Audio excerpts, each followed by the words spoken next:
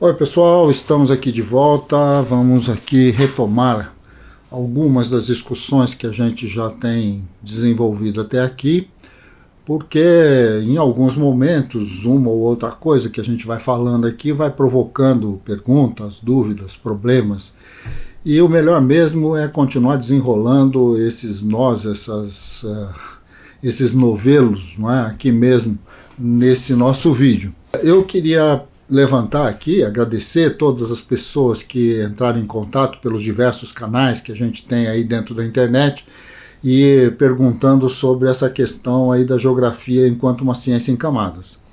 E, bom, queria desenrolar um pouco, né, esse novelo, esse conjunto de problemas que foram sendo colocados para a gente, e a gente vai aqui tentar abordá-los. Acho que para ter um ponto de partida, e depois a gente vai justificar melhor, a grande pergunta é: seria a geografia uma ciência em camadas? E a grande resposta, pura e direta, é não.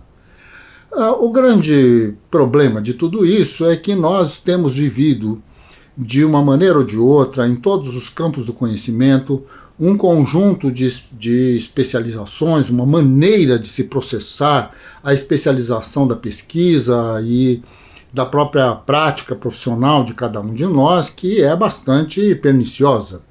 De alguma maneira, a divisão técnica do trabalho dentro da nossa sociedade, ela, ao mesmo tempo que nos permite criar um profissional extremamente requintado para resolver esse ou aquele dilema, também acabamos provocando a multiplicação de profissionais que, ao mesmo tempo que são requintados nesse ou naquele problema, são absolutamente alienados do papel que solucionar aquele tipo de problema possui dentro do processo produtivo ou dentro da relação social. De alguma maneira, este sistema quase que fabril, né, de uma fábrica organizada nos moldes do Fordismo, quase, não é?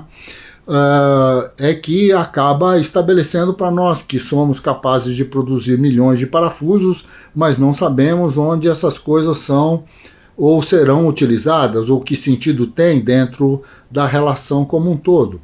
Assim como, de alguma maneira, vamos discutir, bom, acho que os exemplos sempre mais cruéis, né, dessa questão da especialização está muito envolvendo aí o pessoal da medicina, que parece ser muito especializado numa parte do nosso corpo, mas absolutamente desconsiderar que nós somos uma pessoa e que aquela parte do nosso corpo é só uma parte do nosso corpo, não é o nosso corpo e não é a gente na nossa integralidade. Então, tudo isso, esta relação entre a parte e o todo, entre o sentido, não é, de se ajudar alguém a superar uma determinada dificuldade, uma determinada doença ou coisa desse gênero, envolve necessariamente uma relação bastante difícil que a gente tem tido com os nossos médicos. Isso, claro, estou aqui desconsiderando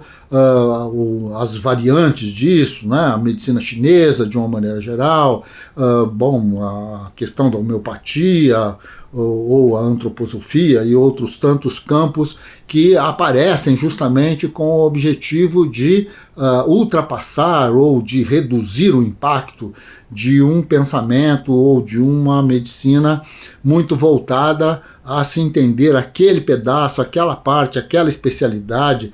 Assim, eu mesmo já acompanhei e tive problemas médicos, determinados médicos, como rompi lá os meus tendões do pé, determinados médicos eram especializados em pé, outro nem queria me atender porque era especializado em ombro, e outro, e assim sucessivamente, uma coisa bastante complicada, onde esta noção de especialidade envolve ao mesmo tempo uma noção profunda de alienação de qual é o objetivo da especialidade. Essa é a discussão, quem é que está na minha frente, não é? Quer dizer, esse médico que nós nos encontramos e que simplesmente não olha para a nossa cara, olha mais para o computador do que para a gente, parece mais um burocrata atrás de de uma mesa aí do que propriamente alguém que está tratando de alguém que está sentindo dores, que tem problemas, que tem sei lá o quê. Então, nesse sentido, isso é algo bastante importante e acaba aparecendo como um exemplo. A grande questão, no entanto, para a geografia, aqui já abandonando completamente nossas reflexões sobre a medicina, mas assim, a grande questão da geografia é que fomos construindo essas camadas, quer dizer, construímos uma geografia física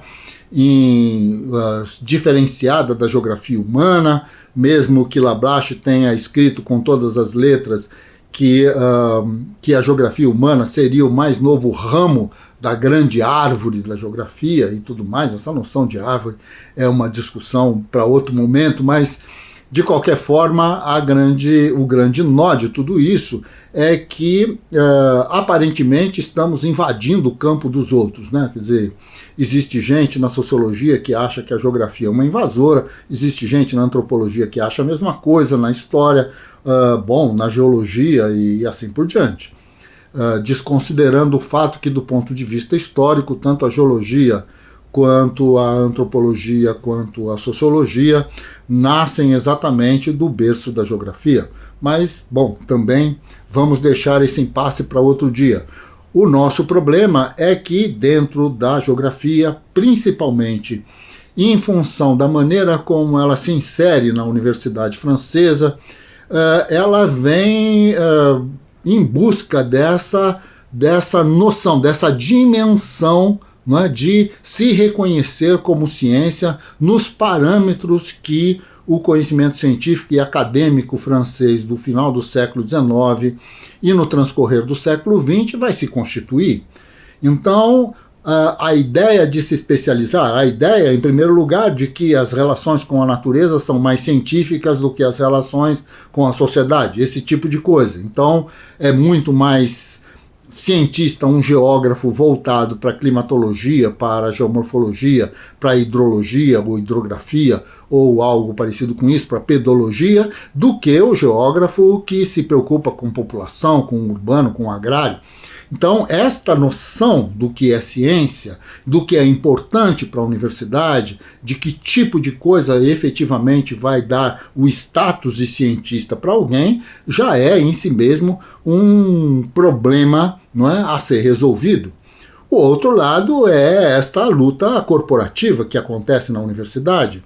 Havia necessidade, e Lablache é bastante explícito nesse sentido, de se construir uma relação dentro da universidade onde aqueles que já estavam lá, como sociólogos, antropólogos e tipos do gênero, não se sentissem atacados, invadidos e tal. O próprio Febvre vai fazer um livro sobre isso depois e vai criar essas noções de determinismo e possibilismo e essas coisas todas que vão envolver a história do pensamento geográfico.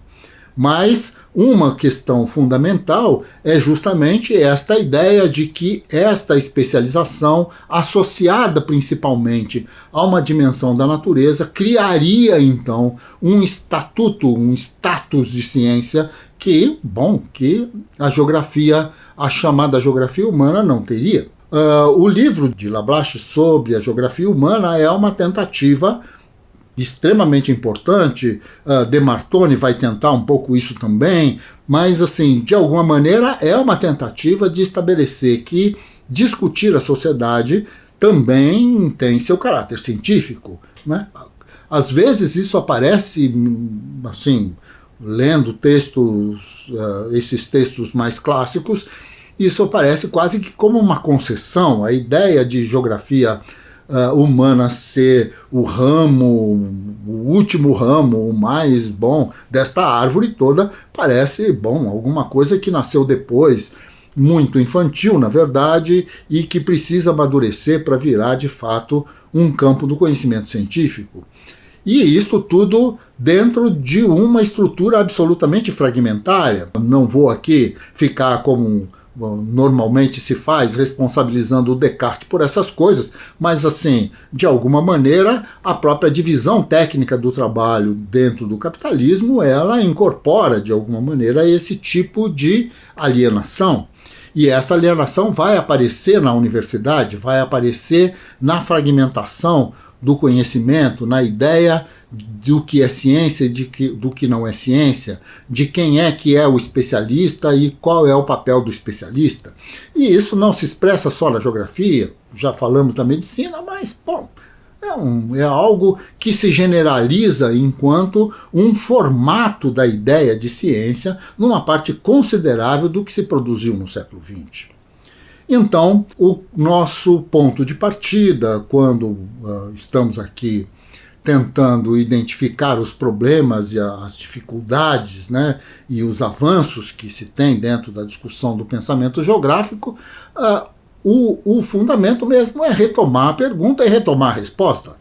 Seria possível, de fato, quer dizer, estaríamos de fato envolvidos, ou seria a única alternativa, a única resposta possível para a geografia que ela fosse uma ciência em camadas? E a resposta é direta: não. Por quê? Porque a própria ideia de camadas, a própria ideia de que eu vou construindo a realidade a partir de determinados estamentos, praticamente, né? Quer dizer, num primeiro momento, o que apresenta para a sociedade, o que apresenta para o geógrafo é o relevo, então vamos começar por ali. Depois vem a vegetação, vem a hidrografia, e vem o clima, e bom, essas histórias todas que nós estamos mais do que habituados. Isso tudo, essas camadas, quando elas se compõem, elas não compõem absolutamente nada. Volto aqui a citar o Calvino, o Ítalo Calvino, no seu Cidades Invisíveis, em que ele conta, né, essa coisa relacionada à cartografia, que um rei manda cartografar uma cidade em todos os seus detalhes, e dentro do mapa deveria ter todas as coisas, absolutamente todas as coisas que existiam na cidade. E depois de muitos anos de trabalho se chega à conclusão de que a única coisa que pode ter todas as coisas que existiam naquela cidade era a própria cidade, que não existe nenhuma maneira de representar esse tipo de totalidade nesse formato. E assim, e o fato de eu juntar então o relevo com a vegetação não explica nem relevo nem vegetação. A minha pergunta, quando a minha pergunta é por que é que no final das contas se concentra mais árvores perenniformes ou caduciformes, ou seja lá que classificação que se queira nessa confusão toda que me vem na cabeça nesse momento, a grande questão é: qual é a pergunta que eu estou fazendo? O porquê que determinadas árvores existem mais num determinado lugar do que em outro? E aí, quais são os elementos que são determinantes para isso dentro desse processo? E depois, qual é o papel que esta diferencialidade na distribuição das árvores estabelece para as sociedades humanas? E por que, no final das contas, existe maior concentração de pessoas aqui e ali, e nessas relações que estão associadas à concentração de pessoas também define a própria distribuição da vegetação? E por que no final das contas aqui eu tenho mais cana de açúcar do que ali, mais laranja do que lá, mais, sei lá, seja lá o que for, mais arroz nessa altura do campeonato?